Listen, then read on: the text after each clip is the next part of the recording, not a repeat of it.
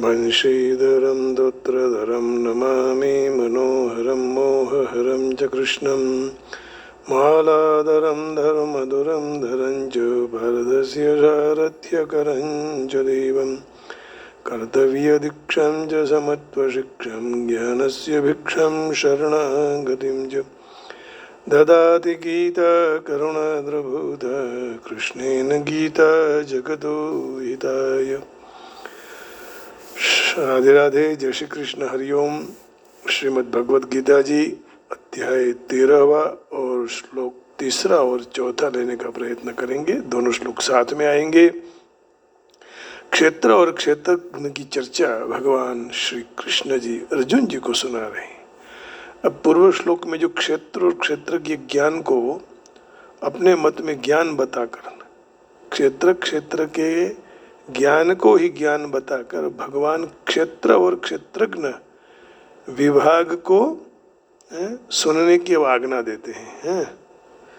तत्क्षेत्रम यच्चया दृक्च यद विकारी यतश्च यत् सचवो यत् प्रभावश्च तत्समासेन मे शृणु। तत्क्षेत्रम यच्चया दृक्च यद विकारी यतश्च यत् सचयो यत् प्रभावश्च तत्समासेन मे शृणु। तत्क्षेत्रम यत् च यादृक् च यद विकारी, वही क्षेत्र है। ते क्षेत्र जे छे, वह जो क्षेत्र है और जैसा है और जो विकारों से युक्त है।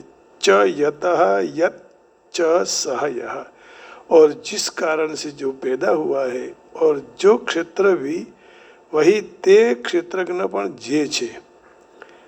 और जो प्रभाव वाला है वो सारा संक्षेप में मेरे पास से सुनो। તે ક્ષેત્ર જે છે અને જેવું છે તથા જે વિકારોથી યુક્ત છે અને જે કારણથી જે પેદા થયું છે તથા જે ક્ષેત્રજ્ઞ પણ જે છે અને જે પ્રભાવવાળો છે, એ સઘળું સંક્ષેપમાં મારી પાસેથી સાંભળ। तत्क्षेत्रम, तत्शब्द दोनों का वाचक है, पहले कहे हुए विषय का और दूर वाले विषय का।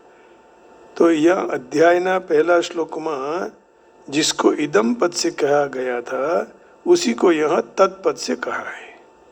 क्षेत्र सब स्थल में नहीं है, क्षेत्र बधा स्थल में नहीं, सब काल में भी नहीं है और अभी भी प्रतिक्षण अभाव में जा रहा है।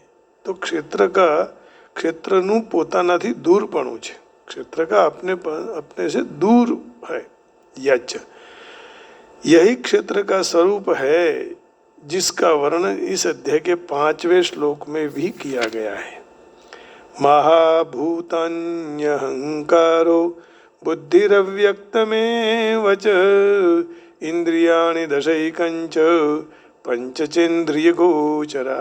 मूल प्रकृति और समष्टि बुद्धि, महत्त्व, समष्टि अहंकार, पंच महाभूत और 10 इंद्रियां, एक मन और 5 इंद्रियों के विषय शब्द, स्पर्श, रूप, रस, गंध, यही 24 तत्वों वाला क्षेत्र है। क्षेत्र को इसी रूप से जाना जाता है। अब देखिए, है ना, आगे भगवान क्या कह रहे हैं, जिनका वर्णन अब जो बताया 5वें श्लोक में, यादृक्च, तो जिस क्षेत्र का जो स्वभाव है, जिसका वर्णन इसी अध्याय के 26वें और 27वें श्लोक में उसको उत्पन्न और नष्ट होने वाला बताकर कहा गया है। इसी अध्याय का 26वां श्लोक ले लेते हैं और 27वां, दोनों की चर्चा इधर करेंगे। 26वां श्लोक है, यावत् संजायते किंचित सत्वं स्थावरजंगमं क्षेत्र क्षेत्रज्ञ संयोगात् तद्विद्धि भरतर्षभ। हे भरत श्रेष्ठ अर्जुन, स्थावर जंगम यावन मात्र जितने भी प्राणी जन्म लेते हैं, ये सब तू क्षेत्र और क्षेत्रज्ञ के संयोग से उत्पन्न हुए हैं, ऐसा जान। समं सर्वेषु भूतेषु तिष्ठन्तं परमेश्वरं विनश्यत्स्व विनश्यन्तं यः पश्यति स पश्यति। तो जो भी मनुष्य नष्ट हो रहा है वो सारे प्राणियों में परमेश्वर को नाश रहित और समरूप स्थित देखते हैं, वही वास्तव में सच्चा देख रहे हैं। अब देखिए, जो यद्विकारी कहा फिर भी प्रकृति का कार्य होने से इसी अध्याय के 5वें श्लोक में आबिल 23 तत्वों को भी विकार कहे गए हैं और उसी को क्षेत्र कहा। तो भी उपयुक्त पदों से क्षेत्र क्षेत्रज्ञ स्वीकार्य हुए संबंध के कारण क्षेत्र में उत्पन्न होने वाले इच्छा, द्वेष आदि विकारों को ही विकार कहे गए हैं, जिनका वर्णन 6वें श्लोक में किया गया है। इच्छा द्वेष सुखम दुखम संघातश्चेतना धृति एतत् क्षेत्रं समासेन सविकारमुदाहृतम्। इच्छा, द्वेष, सुख, दुख, स्थूल शरीर, चेतना, प्राण शक्ति और द्युति, धृति आदि विकार सहित का यह क्षेत्र संक्षेप में कहा गया है। सविकारम उदाहृतम। अब देखिए, तो भी यहाँ क्षेत्र संबंध के कारण जो बताया 6वें श्लोक में, यतश्च यत, इस क्षेत्र जिससे पैदा हुआ है अर्थात प्रकृति से उत्पन्न होने वाला 7 विकार, 3 गुण और 3 गुण जिनका वर्णन इसी अध्याय के 19वें श्लोक के उत्तरार्ध में किया गया है। विकार तो है लेकिन 3 गुणों का जो वर्णन है वह भी इधर ही किया गया है। अब देखिए 19वें श्लोक में इसको बताते हैं। पुरुषं प्रकृतिं चैव विद्यनादि उभावपि विकारांश्च गुणांश्चैव विद्धि प्रकृति संभवान। प्रकृति और पुरुष इन दोनों को तो अनादि जान और विकारों तथा गुणों को भी प्रकृति से उत्पन्न हुए हैं ऐसा जान लो। प्रकृतिं पुरुषं चैव विद्यनादि उभावपि विकारांश्च गुणांश्चैव विद्धि प्रकृति संभवान। प्रकृति से सब उत्पन्न होता है। तो सच पहले श्लोक के उत्तरार्ध में जो क्षेत्रज्ञ का वर्णन हुआ है उसी के क्षेत्र का वाचक यहाँ सह पद है और उसी के विषय में यहाँ सुनने के लिए कहने की बात भगवान कह रहे हैं। यह एक क्षेत्र का जो स्वरूप है जिसका वर्णन इस अध्याय के 20वें श्लोक के उत्तरार्ध के और 22वें श्लोक में कहा गया है। फिर भगवान 19वें श्लोक की बात कर रहे हैं ना, 20वें उत्तरार्ध और 22, अच्छा 20वें श्लोक के उत्तरार्ध में पुरुषः सुख दुःखानां भोक्तृत्वे हेतुरुच्यते। तो पुरुष सुख दुःखानां भोक्तृत्वे, है ना, जो कार्य और कारणों से उत्पन्न होने वाली क्रियाओं को उत्पन्न करने में प्रकृति कारण कही जाती है और सुख दुख के भोक्तापन में पुरुष कारण कहा जाता है। प्रकृति है वह कारण और भोक्ते में भोक्तापन वाले में पुरुष भी कारण कहा गया है। अब उसी में 22वें श्लोक में कह रहे हैं 22वें, उपद्रष्टानुमंता च भर्ता भोक्ता महेश्वरः परमात्मेति चाप्युक्तो देहेस्मिन् पुरुषः परः। शरीर के साथ संबंध रखने से उपद्रष्टा, उसके साथ अनुमति को प्राप्त कर सम्मति देने से अनुमंता, अपने उनका भरण पोषण करने वाला मानने से भर्ता, यह पुरुष उसके संग से सुख दुख भोगने से भोक्ता और अपने को खुद को उसका स्वामी मानने से महेश्वर बन जाता है। स्वरूप से यह पुरुष परमात्मा इस नाम से कहा जाता है और देह में रहा हुआ फिर भी देह से, परंतु वह सर्वथा संबंध रहित है। देह में रहता है लेकिन देह के साथ संबंध नहीं है। वो अपना काम पूरा हो जाता है तो निकल जाता है, देह को साथ में नहीं ले जा सकता है। तो देह देही, शरीर शरीरी, है ना, ये सब दोनों अलग अलग हैं। अब देखिए, तो क्षेत्रज्ञ जो प्रभाव वाला है उसका वर्णन अध्याय के 31 में 31 33वां श्लोक सुधी 31 से 33वें श्लोक तक वर्णन किया गया है।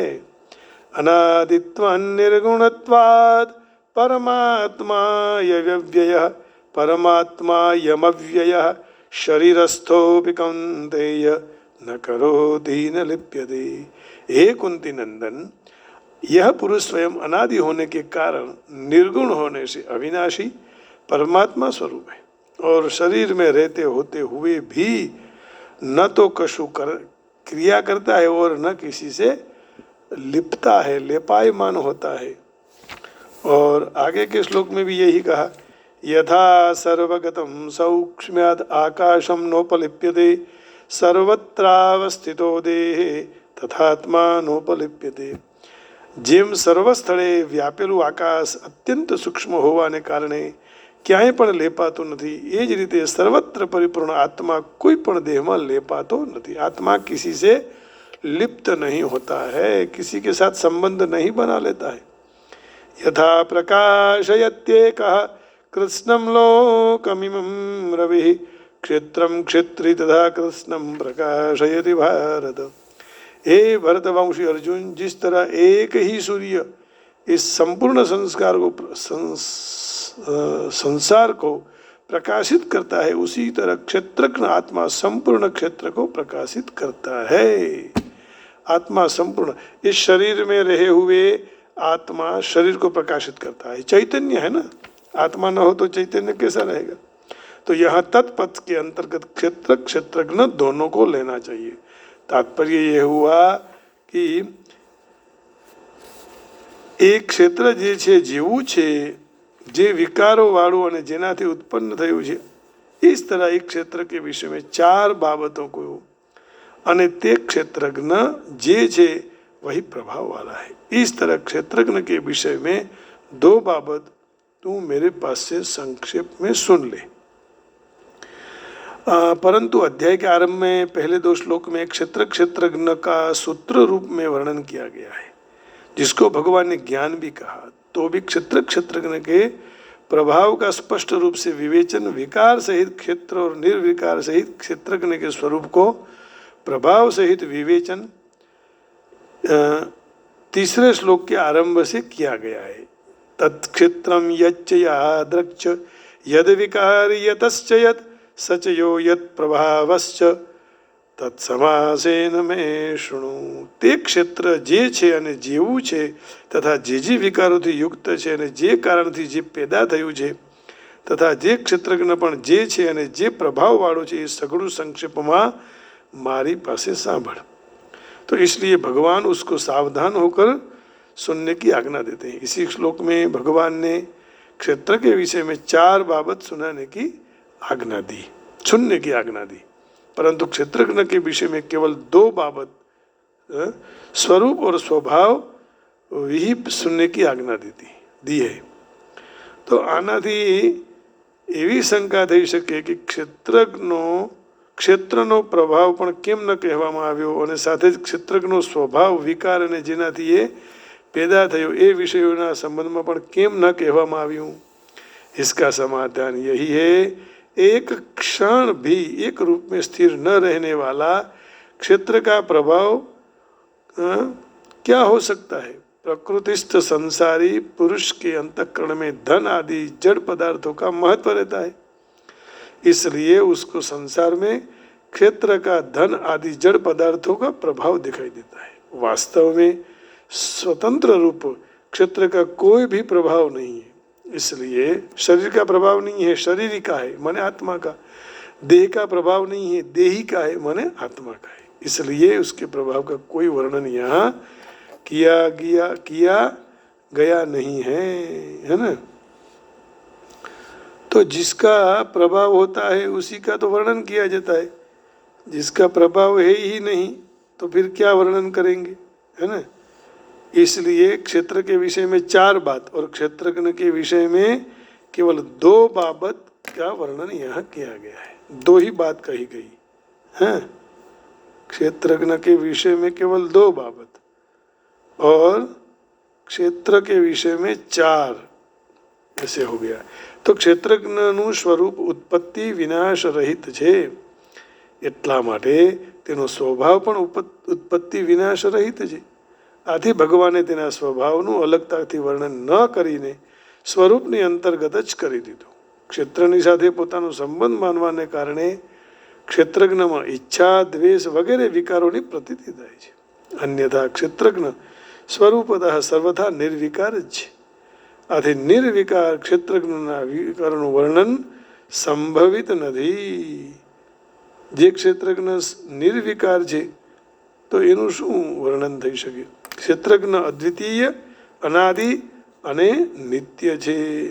આથી એના વિષયમાં કોણ કોનાથી પેદા થયો એ પ્રશ્ન જ નથી.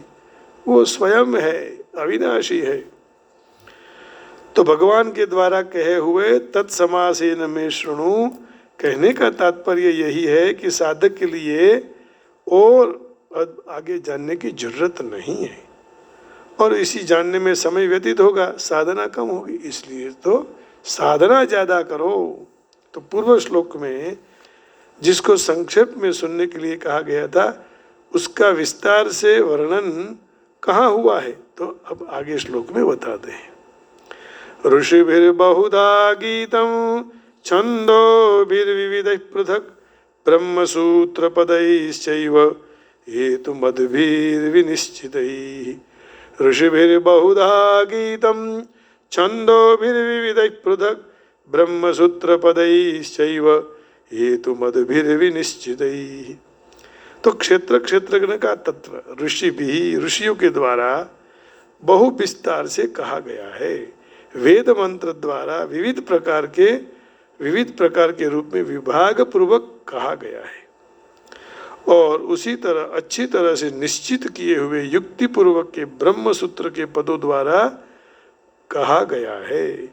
ऋषियों द्वारा बहु विस्तार से कहवाયું છે તથા વેદ મંત્રો દ્વારા વિવિધ પ્રકારે વિભાગપૂર્વક કહેવામાં આવ્યું છે, તેમજ સારી રીતે નિશ્ચિત કરેલા યુક્તિપૂર્વકના બ્રહ્મસૂત્રના પદો દ્વારા પણ કહેવામાં આવ્યું છે.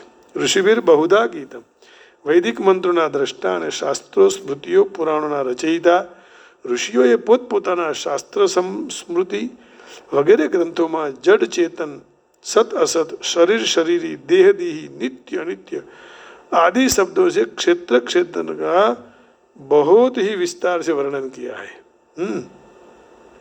छंदोभिर विविधि पृथक सहित छंदों भी माने पद, रुक, यजु, साम और अथर्व चारों वेदों की संहिता ब्राह्मण भागों के मंत्रों का वाचक है. तो इसके अंतर्गत ही सारे उपनिषद और भिन्न भिन्न शाखाओं भी समझ लेना चाहिए. तो उसमें भी क्षेत्र क्षेत्रज्ञ का अलग अलग वर्णन किया गया है. ब्रह्मसूत्र पदैश्चैव हेतुमद्भिर्विनिश्चितैः. तो कई युक्तियों से युक्त और अच्छी तरह से निश्चित किए हुए ब्रह्मसूत्र के पदों द्वारा क्षेत्र क्षेत्रज्ञ का तत्व वर्णन किया गया है. तो इस श्लोक में भगवान का आशय ऐसा मालूम पड़ता है कि क्षेत्र क्षेत्रज्ञ का जो संक्षेप में मैं वर्णन कर रहा हूँ उसको जो कोई भी यदि विस्तार करना चाहता है तो उपयुक्त ग्रंथों में देख सकता है. कहाँ कहाँ देखना चाहिए? तो ऋषिभिर बहुधा गीतं छन्दोभिर्विविधैः पृथक् ब्रह्मसूत्रपदैश्चैव हेतुमद्भिर्विनिश्चितैः. ऋषियों के द्वारा बहु विस्तार से कहा गया है, वेद मंत्रों द्वारा विविध प्रकार के विभाग पूर्वक में कहा गया है, और अच्छी तरह से निश्चित किए हुए युक्ति पूर्वक के ब्रह्मसूत्र के पदों द्वारा भी कहा गया है. तो इस तरह यहाँ क्षेत्र क्षेत्रज्ञ को यदि जानना है तो ऋषिभिर बहुधा गीतम छंदोभिर्विविधैः पृथक्, इसकी हमें चिंता करनी चाहिए, उसमें जाना चाहिए. अब भगवान क्या कह रहे हैं? प्रथम 3 अन्नमय, प्राणमय और ज्ञानमय, ये जो अवस्था है जीवों के कार्य क्षेत्र के साथ संबंध इनका है ना.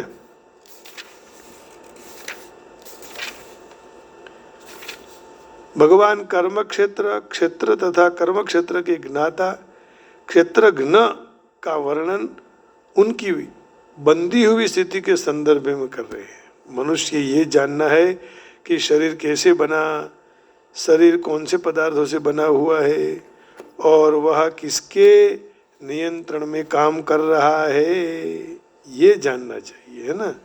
बहुत अच्छी बात कही। तो उसमें किस तरह परिवर्तन होते रहते हैं, तो ये सब जानना चाहिए।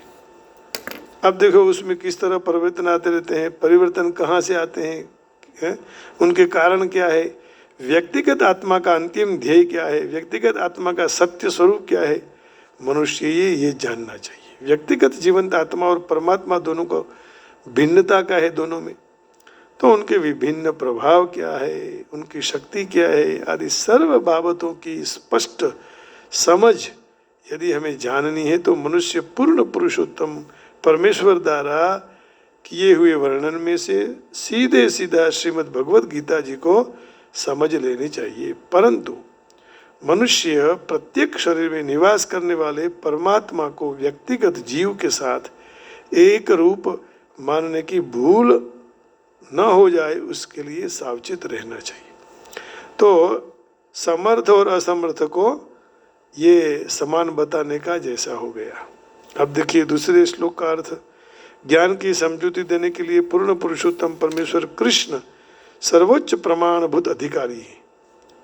फिर भी पद्धति के अनुसरने के लिए विद्वान प्रमाणभूत आचार्य तो पूर्व के आचार्यों के प्रमाण देते हैं।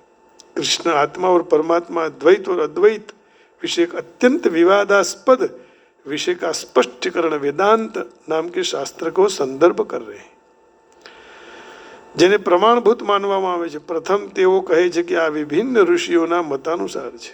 ઋષિઓના સંબંધમાં કહી શકાય કે ભગવાન ઉપરાંત વ્યાસદેવ વેદાંત સૂત્રના કરતા મહાન ઋષિ છે અને તે વેદાંત સૂત્રમાં દ્વૈતનું સ્પષ્ટીકરણ સારી પેઠે થયું છે। વ્યાસદેવના પિતા પરાશર પણ મહાન ઋષિ છે અને તેમણે તેમના ધર્મ વિષયક ગ્રંથોમાં લખ્યું છે, અહમ ત્વમ ચ તથાન્યે, તમે હું અને અન્ય વિવિધ જીવો અર્થાત આપણે બધા દિવ્ય છીએ, પછી ભલે આપણે ભૌતિક શરીરમાં હોઈએ। હમણાં આપણે આપણા ભિન્ન ભિન્ન કર્માનુસાર ત્રણ પ્રાકૃત ગુણોની યોજનામાં પતિત થયેલા છીએ। આમ હોવાથી કેટલાક લોકો ઉચ્ચતર કક્ષામાં છે અને કેટલાક નિમ્નતર પ્રકૃતિમાં છે। પરિણામે આ ઉચ્ચતર અને નિમ્નતર પ્રકૃતિનું અસ્તિત્વ અજ્ઞાનને કારણે હોય છે, અનંત જીવરૂપે પ્રગટ થાય છે। પરંતુ પરમાત્મા અચ્યુત છે અને ત્રણેય પ્રાકૃતિક ગુણોના संसर्गથી रहित है। परमात्मा किसी के संग में नहीं है और दिव्य है। इसी तरह मूल वेदों में भी खास करके कठोपनिषद में आत्मा, परमात्मा और शरीर इन दोनों का भेद बताया गया है। कई महर्षियों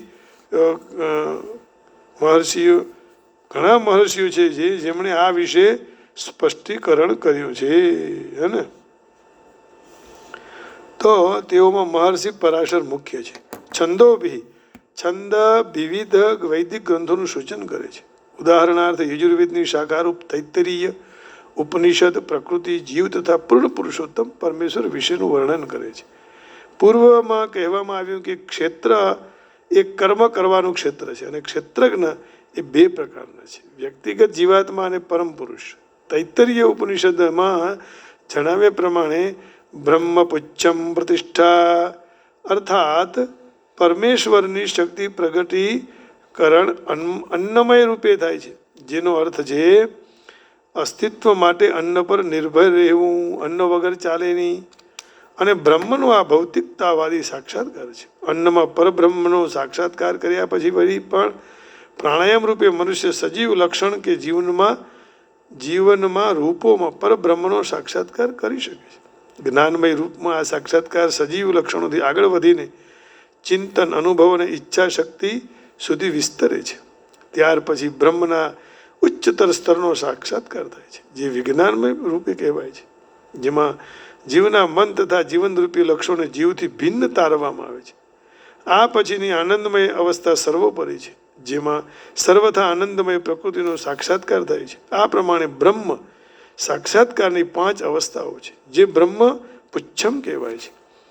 આમાંની પ્રથમ 3 અન્નમય, પ્રાણમય અને જ્ઞાનમય અવસ્થાઓ જીવના કાર્યક્ષેત્ર સાથે સંબંધ ધરાવે છે. પરમેશ્વર આ સર્વ કાર્યક્ષેત્રોથી પર છે અને તેઓ આનંદમય કહેવાય છે. વેદાંત સૂત્રો પણ પરમેશ્વરને આનંદમયોભ્યાસાદ એમ કહીને વર્ણવે છે. પૂર્ણ પુરુષોત્તમ પરમેશ્વર સ્વભાવે આનંદમય છે. પોતાના દિવ્ય આનંદને અનુભવ માટે તેઓ વિજ્ઞાનમય, પ્રાણમય, જ્ઞાનમય અને અન્નમયમાં વિસ્તરે છે. કર્મના ક્ષેત્રમાં જીવાત્મા ભોગતા ગણાય છે અને આનંદમય તેનાથી ભિન્ન છે.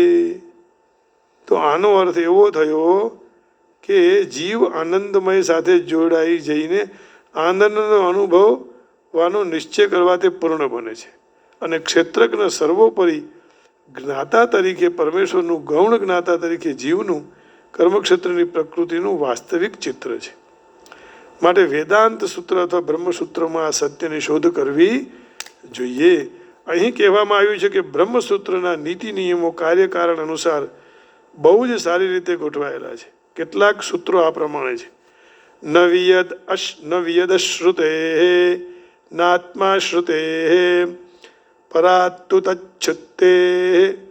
તો આમાં પ્રથમ સૂત્ર કર્મના ક્ષેત્રનું સૂચન કરે છે, બીજું સૂત્ર જીવનું અને ત્રીજું સૂત્ર પરમેશ્વરનું સૂચન કરે છે, જેવો જીવ માત્રના પરમ આશ્રય સ્થાન છે. માને કહેવાનો ભાવ અહીંયા એવો છે કે ક્ષેત્રજ્ઞ સંસારથી લેપાતો નથી અને એ સ્વયં છે, निर्लेप रहे छे. अब देखेंगे, देखो चौथे और पांचवे का अर्थ हम करेंगे ना अभी, तो इसमें क्या कहना चाह रहे हैं. तत्क्षेत्रम, तीसरे और चौथे का, तत्क्षेत्रम यच्च यादृक्च यद विकारी यतश्च यद सचयो यत् प्रभावश्च तत्समासेन मे शृणु. What that field kshetra is and what is its nature, what are its modifications, and from what cause what effects have arisen, and also who is knower kshetragna is and what is his glory. Hear all his from me in brief. दूसरे श्लोक का, ऋषिभिर्बहुधा गीतं छन्दोभिर्विविधैः पृथक् ब्रह्मसूत्रपदैश्चैव हेतुमद्भिर्विनिश्चितैः. The truth about the kshetra and the kshetrajna has been expounded by the seers and manifold ways. Again, it has been separately stated in different Vedic chants and also in the conclusive and resounded text of the ब्रह्म सूत्र. इसका अर्थ ये हुआ कि हमें वेद भी पढ़ना चाहिए, वेद का ज्ञान होना चाहिए, ब्रह्म सूत्र का ज्ञान होना चाहिए. हमारे ऋषि मुनियों ने जो कहा है उसको ही हम कहीं किसी का प्रमाण दे सकते हैं. आजकल जो संप्रदाय खिल उठे हैं बिलाड़ीना टोपनी जेम, एक कलयुगનો प्रभाव है. तो हमें हमारा काम करना है. हम ऋषियों की बात रखें समाज में, शास्त्र की चर्चा करते समय हम छंदों की यानी वेदों की बात रखें, हम ब्रह्मसूत्र की बात रखें. ये ऑथेंटिक बात है. बाकी सब जो धंधा कर रहे हैं अपना करने दो उनको. कलयुग है, कलयुग में सब ऐसे निकलेंगे, उससे हमें नुकसान जरूर होगा, लेकिन हम जी रहे हैं धर्म के लिए, तो हमें धर्म को ही लेकर आगे बढ़ने का. अब देखिए तीसरे श्लोक का अर्थ क्या कहा इसमें, ये जान लेते हैं. ओ citizen of the Bharata, you should understand that I am also the knower in all bodies and understand this body and its knower is called knowledge. That is my opinion.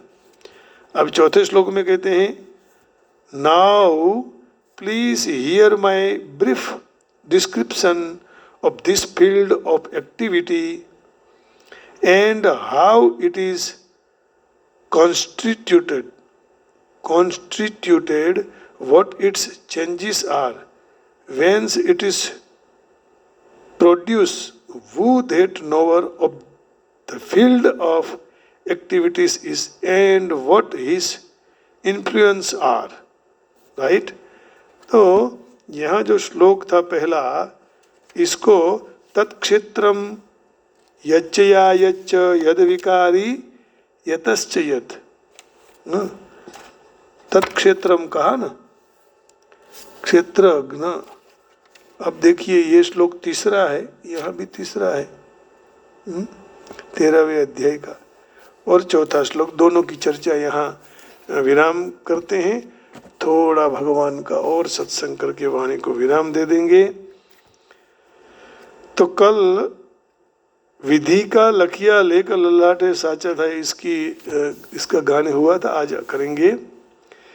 तमे भावी भजी ल्यो भगवान, जीवन थोड़ू रह्યું, કંઈક આત્માનું કરજો કલ્યાણ, જીવન થોડું રહ્યું, એને દીધેલા કુલ તમે ભૂલી ગયા, જૂઠી માયાના મોહમાં ઘેલા થયા, ચિતો ચિતો શું ભૂલ્યા છો ભાન, જીવન થોડું રહ્યું, બાળપણને જુવાનીમાં અડધું ગયું, નહીં ભક્તિના માર્ગમાં ડગલું ભર્યું, હવે બાકી છે તેમાં દો ધ્યાન, જીવન થોડું રહ્યું, તમે ભાવે ભજી લ્યો ભગવાન, જીવન થોડું રહ્યું.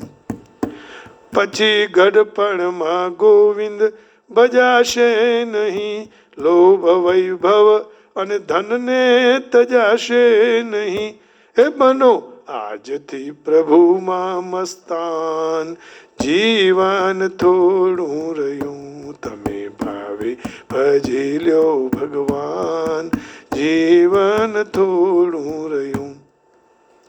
જરા ચેતીને ભક્તિનું ભાથું ભરો, કંઈક ડરતો પ્રભુજીનો દિલમાં ધરો, છીએ થોડા દિવસના મહેમાન, જીવન થોડું રહ્યું, કંઈક આત્માનું કરજો કલ્યાણ, જીવન થોડું રહ્યું. બધા આળસમાં દિવસો વીતી જશે, પછી ઓચિંતું યમનું તેડું થશે, નહીં ચાલે આપણું તોફાન, જીવન થોડું રહ્યું, કંઈક કરજો આત્માનું કલ્યાણ, જીવન થોડું રહ્યું. એ જ કહેવું આ સંતોનું દિલમાં ધરો, ચિત્ત રાખી ઘનશ્યામને સ્નેહ સ્મરો, એ ઝાલો ભક્તિનું સુકાન, જીવન થોડું રહ્યું, ઝાલો રે ભક્તિનું સુકાન, જીવન થોડું રહ્યું, તમે ભાવે ભજી લ્યો ભગવાન, જીવન થોડું રહ્યું, કંઈક આત્માનું કરજો કલ્યાણ, જીવન થોડું રહ્યું. રાધે રાધે રાધે તું શ્યામ શે મિલા દે, સીતે સીતે સીતે તું રામ શે મિલા દે, રામ શે મિલા દે હરી ઘનશ્યામ શે મિલા દે, હે રાધે રાધે રાધે તું શ્યામ શે મિલા, श्याम से मिला दे घनश्याम से मिला दे, सीते सीते सीते तू राम से मिला दे, सीते सीते सीते तू राम से मिला दे, कृष्ण कृष्ण कृष्ण हे राधे से मिला दे, शिवजी शिवजी शिवजी हे सत्य से मिला दो, પ્રભુ તારી જોડીમાં છે આ જગની ઐશ્વર્યતાને, उस ऐश्वर्य से हमें मिला रे, सीते सीते सीते राम से मिला रे, राधे राधे राधे श्याम से मिला रे, सीताराम सीताराम सीताराम जय सीताराम, सीताराम सीताराम सीताराम जय सीताराम। आप सबके हृदय में बैठे हुए सीताराम जी को, राधे श्याम जी को प्रणाम करके वाणी को विराम देता हूँ। जय श्री कृष्ण, राधे राधे, हरिओम, जय वेंकटेशा, ओम नमः शिवाय, ओम गणेशा, जय योगेश्वर, श्री बांके बिहारी लाल की जय, रासेश्वरी देवी की जय, बरसाने वाली की जय। ओम नमो नारायण।